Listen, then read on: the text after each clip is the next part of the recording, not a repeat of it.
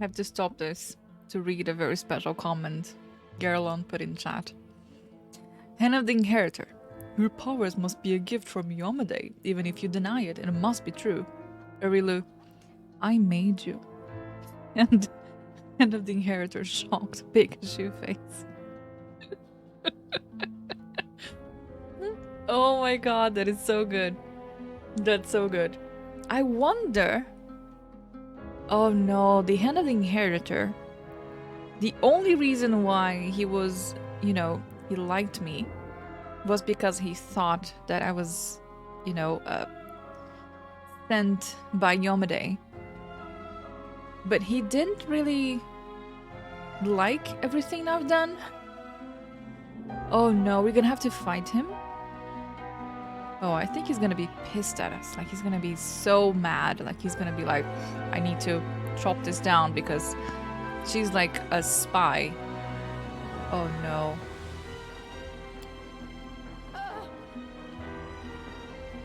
As if to confirm her words, blood begins to seep from the wound on your chest. Eerie flames seems to dance within the crimson drops.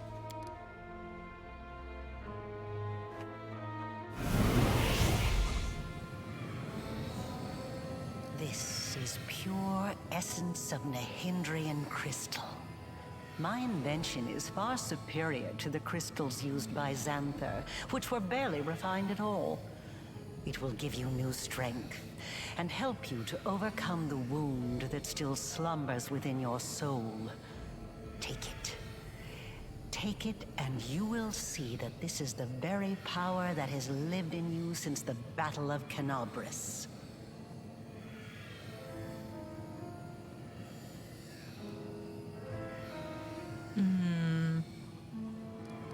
Very well, then. Ask your questions, and I will answer. Okay. What is this wound in my soul? How dangerous is it? It was my mistake. My failure. I failed to... The tale is too long to recount here. Your wound is a reflection of the world wound, in a way. It is very dangerous, even if you do not yet realize it. It is not a disease, but rather an abscess, which will one day burst and kill you. It cannot fully be healed until the world wound is healed. But I don't get it. Why would she want the word wound to be healed? I don't understand. Wasn't she the one that opened it? Why would she want to close it now? No doubt you have felt this affliction on several occasions. It awakens when you use your power. It makes you sense more strongly what mortals call the corruption of the abyss. Until the world wound is healed, you will have no peace. You followed me. Like a witch in a fairy tale, I watched over you from birth. From before that, even. And I kept detailed notes. You were chosen and prepared for a special destiny. Oh, okay. The thing is, the way she speaks... I mean, if it wasn't for her, we would have no chance of getting any of these done. We've come as far as we could to heal the world wound. We actually gave a chance to humanity. We are a chance to humanity. How does she expect that I'm going to do it in her ways? Like,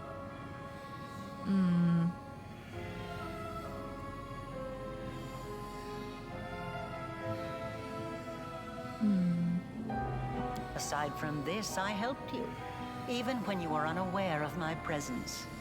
I saved you and your unfortunate companions when you fell into the crevice in Canobris. In the Grey Garrison, it was I who distracted Minago to allow you to approach the Wardstone. And in Dresden, I appeared under the guise of Yaniel to guide you toward the Sword of Valor. And I also left you a present in my old laboratory, and told the Suture to see that you received it. I knew that sooner or later you would find your way there. That place exerts a powerful pull. 3 options. As it turns out, you helped me thwart the plans of your masters, Baphomet and the Skari. Or, don't expect thanks for your help. You're a scheming liar and an enemy. You'll die at my hand sooner or later. Or, in that case, thank you for your help. You should help me out more often. I want to go for 1, but I will go for 3. Certainly, but do not expect me to solve all your problems. A child that is forever carried in its mother's arms will never learn to walk. Why was that whole ploy with the lab necessary? You even sacrificed your servant, the Suture, for it. You always have to sacrifice something. I wanted you to go to the laboratory to see with your own eyes what I had been doing and what I am capable of, so it would be easier for you to accept the truth. The laboratory is the place where I prepared your ascent. And the Suture was the only one who I could trust to execute my plan and explain everything. After all, he too once experienced rebirth at my hands. And that is why I was willing to risk his life. Perception check passed. Look at that, I actually provoked a reaction. That's the 2nd time your expression has changed when I've mentioned the Suture. Now I know the architect of the word wound is capable of feeling remorse, if only when she sends her dredged minion on a deadly mission. I see I am not the only one making observations and drawing conclusions. You are analyzing me. That is commendable. A bunch of experience. Tell me about the Nahindrian crystals and start from the beginning. Nahindrian crystals are formed from the solidified blood of demon lords. Their properties are not well known, even among the inhabitants of the Abyss. And there are reasons for this. Acquiring the blood of a dead demon lord is very difficult. After a demon lord dies, their body is instantly absorbed into the Rift of Repose. Only the Lady in Shadow knows how to kill them in a way that allows her to preserve the bodies of her fellow lords and transform them into a solid state. That means that Nahindrian crystals cannot be obtained anywhere other than the Midnight Isles. Or rather, it was impossible until recently, when I managed to experimentally obtain a crystal from the blood of a still living lord. You saw the result. A dagger made from Discare's freshly shed blood, which I left for you in Canabris. As regards the use of the crystals, that is a discussion that would take time, a very long time. Someday I will finish my groundbreaking treatise on the transformation of Nahindrian crystals, although it is unlikely I will ever publish it. Wait. I just had a thought. Remember we just found one of those arrows, the boat, the midnight boat? What if the reason why it's so important is because Arilu left them for us? Now we have 4 midnight boats. Why would we need 4 midnight boats? So she just mentioned about the dagger. The dagger was made out of a crystal with the blood of a still living lord. Impossible. It wasn't a Nahindrian crystal. And we used it. Yeah, exactly. So the midnight boats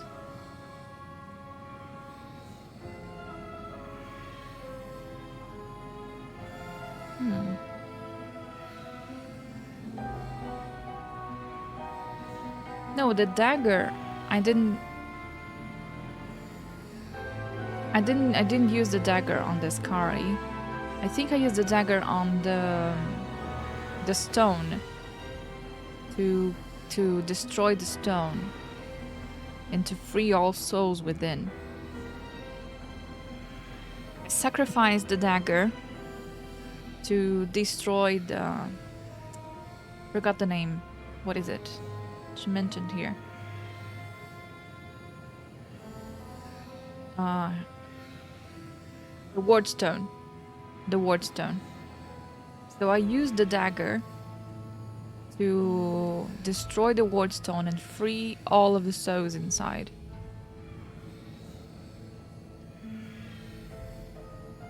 So if the midnight boats are the same thing, I can use them for a couple of things other than just pure damage, right? I wonder if having 4 of them is important. So you figure out how to use the crystals to imbue living creatures with power. Not just any creatures, demons and half-demons. The soul must have a stable connection with the abyss in order for it to receive the power of the crystal. Experiments involving tieflings and mongrels failed because the voice of the abyss was not strong enough within them. But I'm not a demon. I wasn't a demon either when I started. But there are always ways to circumvent, or even to override the laws of the universe. I changed myself by knitting my soul together with the essence of the abyss. And I changed you. Do you remember the fits of rage that began shortly after Discari's attack on Canabris? This is how the second half of your soul manifested itself. Not yet fully aware. Not yet awakened. It's a pity you did not choose to let your demonic nature take hold. The result would have been most impressive. All those arrogant crusaders, those knights with their eyes ablaze, those pious priests. They have installed at the head of their magnificent army a scion of the abyss, the creation of the architect of the world wound, whom they so revile. Actually, the Queen kind of removed me from my post. Yeah.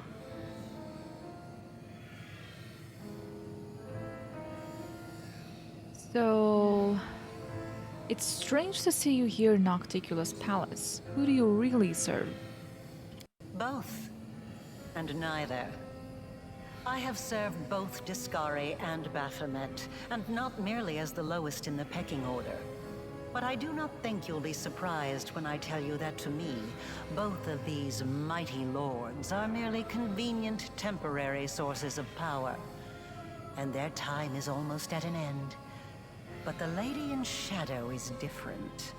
She is the preeminent ruler. Soon you will understand this for yourself. Uh-oh. My power is different from that of Jeribath, Nolkanoth, and the other demons. Yes, because I taught Xanther and the other servants of Baphomet and Discari the earliest version of this transformation ritual. I spent decades perfecting it, until I obtained the power that I gave to you.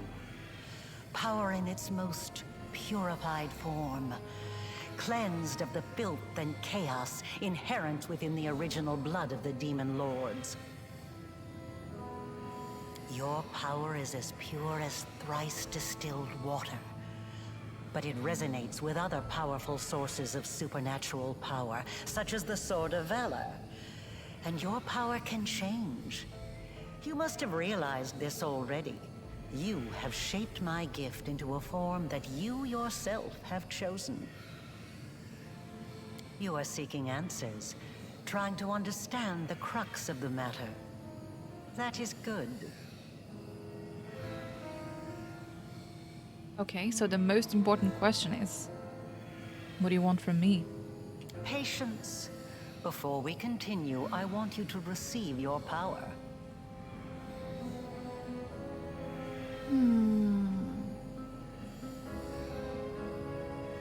Yeah, I'll take it. Sure. Yes.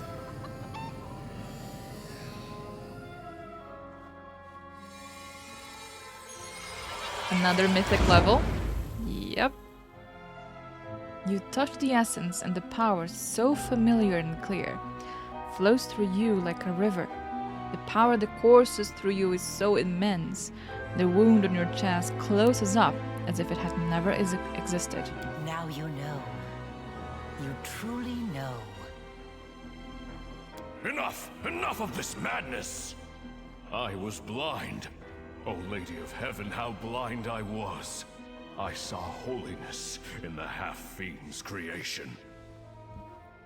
Oh my god. I was right. I was right. I was right. He hates me and he wants to kill me now. Oh god, no. Oh. We are gonna have to kill him, won't we? We're gonna have to kill the Hand of the Inheritor. Oh shoot. Oh no. This is bad. This is bad. This is bad. Really bad. Away! Away from this festering hole!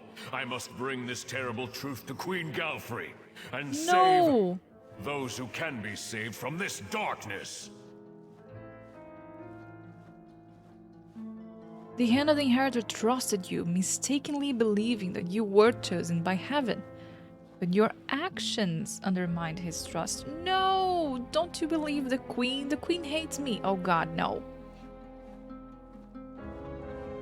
I want to help you close the world wound.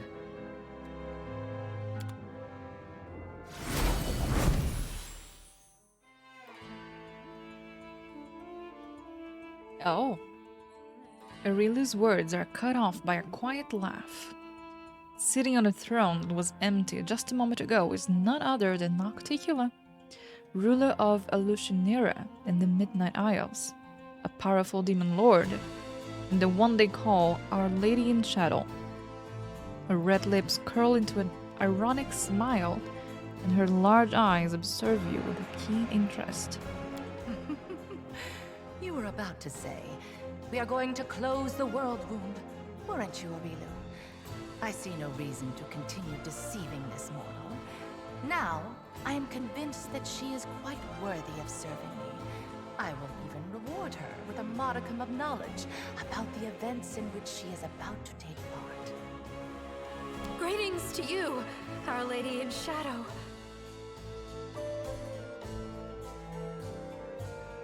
Wow, I really likes her. It's nice to see that even surrounded by mortals, you haven't forgotten who your mistress is, Arushale. You may rise. If I have Ember in my party? Yes, I always have Ember in my party. Always. I didn't mean to. I don't know why I did it.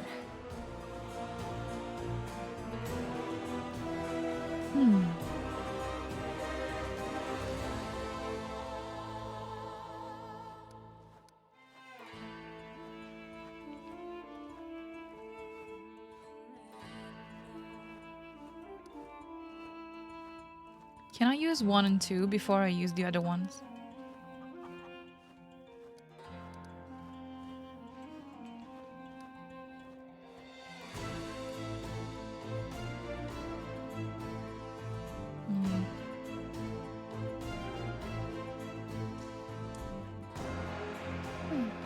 I'm gonna go option number 5. Yeah, hi. Just so we understand each other, I'm not going to grovel on my knees before you. Have I told you to bow down? Trust me, if I need you to do something, I won't leave you guessing. You will know my desires immediately, and you will know just as swiftly why fulfilling those desires is in your best interest. I have had my eye on you for a very long time. You see, it was at my behest that Lady Vorlesh imbued you with such incredible powers. But I was curious to see your worth as an individual, not as Lady Vorlesh's creation. Thus, I decided to postpone our meeting and see how you'd fare in Alashanira, and whether or not you could win respect and power among those not so easily impressed by outstanding magical abilities.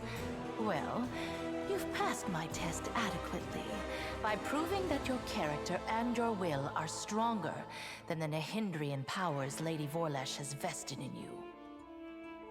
You are wise, my lady.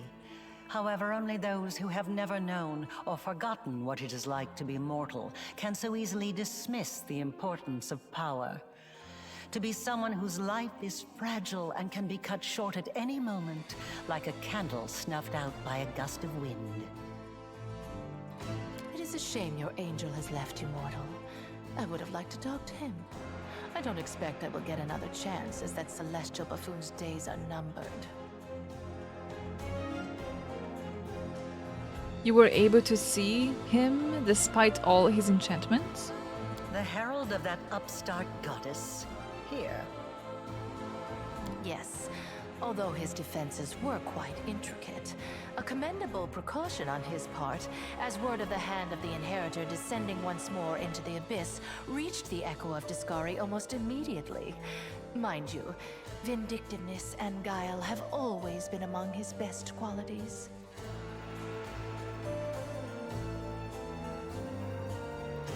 But he told me that his magic would deceive the eyes of all evil spawn in the abyss. Not yours? Perhaps you don't know everything about me yet, mortal. Perhaps you made the same mistake as many before you, and many who were more insightful and more powerful than you, by presuming to know what to expect from the Lady in Shadow. Actually, I think I know.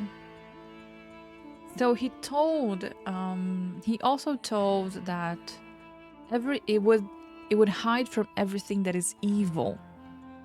Everything that is evil. And maybe she's not evil, maybe she's chaotic neutral. Like myself. Huh. Tell me about the Echo of Discari. He is a strange creature. A bespoke creation, so to speak. Long before the world wound was opened, Discari, that little cricket, was seeking a way to have some fun on Galarian and assert his influence there. One day, he decided to gather a few strong mortal followers, fuse them together into one being, and pump that being full of his own power, in the belief that something worthwhile would come of it. That is how the Echo came to be. To the great dismay of both the Echo and the Lord of Crickets, the Echo was greeted by Eredin, protector of humankind. Eredin gave the Echo such a thorough thrashing, the whole abyss thought him dead. And yet he was not. Cricket, the younger, is alive and well, though I cannot say the same for Eredin. But the Echo remembers his humiliation still. He hates anything and everything related to Eredin, especially his inheritor, Ayomade. Her heralds, her priests, her temples. He would hate Ayomade's pet pug, if she had one. Should have let the Echo destroy the Hand of the Inheritor, because now the Hand of the Inheritor that is against us went back to the Queen, and the Queen already hates us. Envy, humiliation, ego. The usual playthings of little boys from all planes and realities. The Echo suffered more than one defeat. First at Eredin's hand, then under the onslaught of the forces of heaven. Those routes taught him to attack his enemies by stealth, boldly and often, killing and crippling anyone close to the light-bringing goddess. Now, it seems, he has decided the time has come. The Herald of Ayomade himself is in the abyss alone, without a retinue of lesser angels. He's an interesting little bird, that angel. Before he became the Herald of Iomade, he served Wrathofther, the General of Vengeance. I've always found the fate of that Imperial Lord to be quite fascinating. Did you know that the father of the Upper Plains' top military leader was a devil from hell? Wrathofther had to achieve many feats to redeem his unholy legacy in the eyes of the other Imperial Lords. But he did. A remarkable tale, is it not? Wait a second there. Wait. Does she want... She wants to be just like Wrathofther, doesn't she?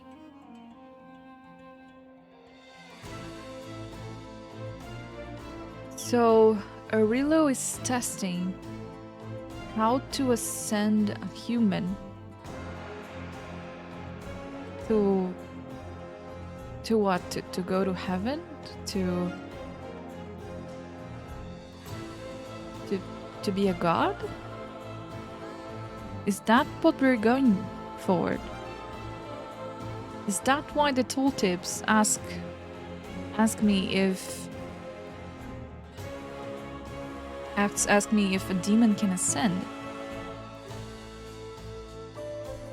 So Nocticula is behind all of this experiment because she wants to be a god herself.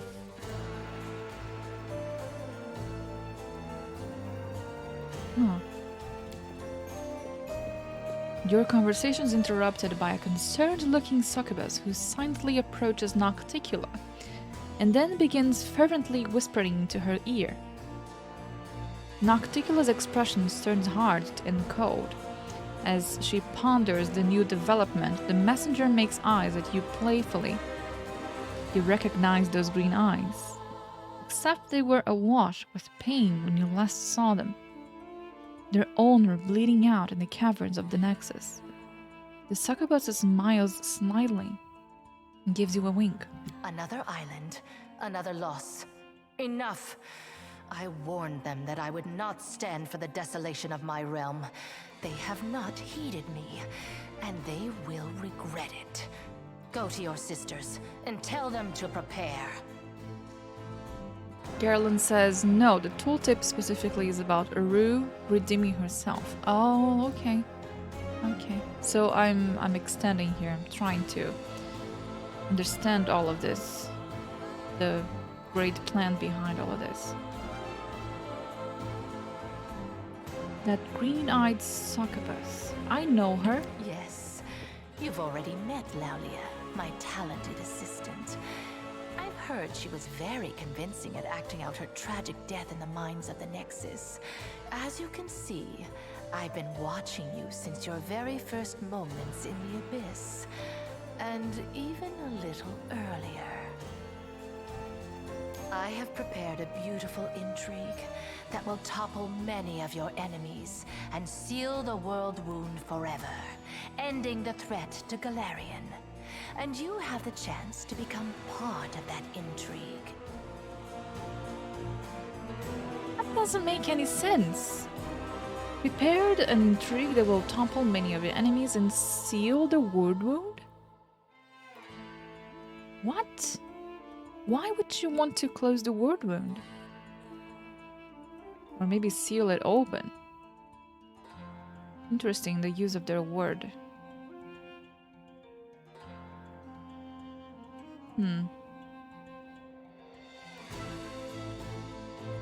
Did Aurelia really create me? Oh, no more voiceover, got it. She has certainly had a hand in your present state of existence.